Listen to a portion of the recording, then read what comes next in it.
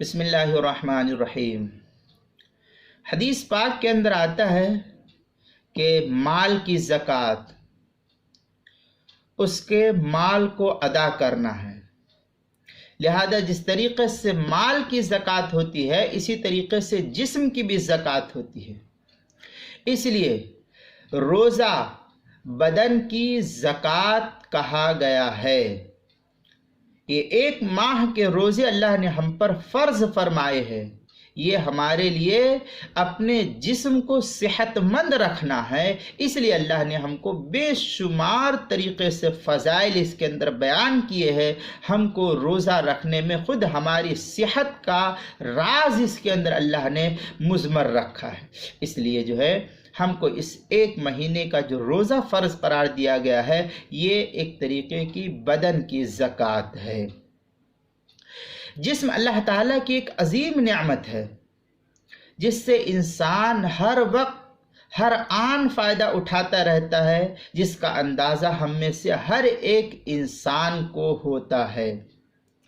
جسم کا ایک ایک عضو اس قدر قیمتی ہے کہ ساری دنیا کی دولت بھی اس کے مقابلے میں ہیچ ہے، ہفت اقلیم کی سلطنت بھی اس کے سامنے بیکار ہے۔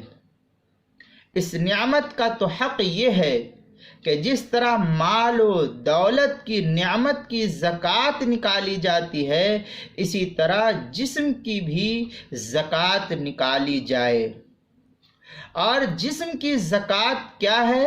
وہ روزہ قرار دیا گیا ہے۔ چنانچہ نبی اکرم صلی اللہ علیہ وسلم کا ایک پاک ارشاد شعب الایمان کے اندر نقل کیا ہے، الصیام نصف الصبر وعلی کل شیء زکاۃ وزکاۃ الجسد الصوم، شعب الایمان جلد نمبر 3 صفحہ نمبر 292، حدیث نمبر 3577۔ الترغیب للمنذری کے اندر، الترغیب والترہیب کے اندر دوسری جلد صفحہ نمبر 51 پر بھی اس کو بیان کیا گیا ہے۔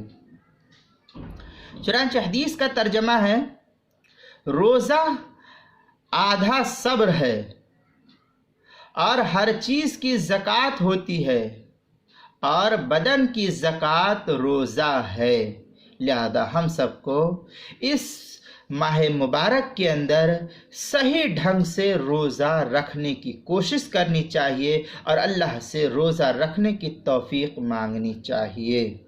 السلام علیکم۔ اس بات کو جو ہے کتاب المسائل کی دوسری جلد کے اندر بھی اس کو بیان کیا ہے، صفحہ نمبر 145 پر۔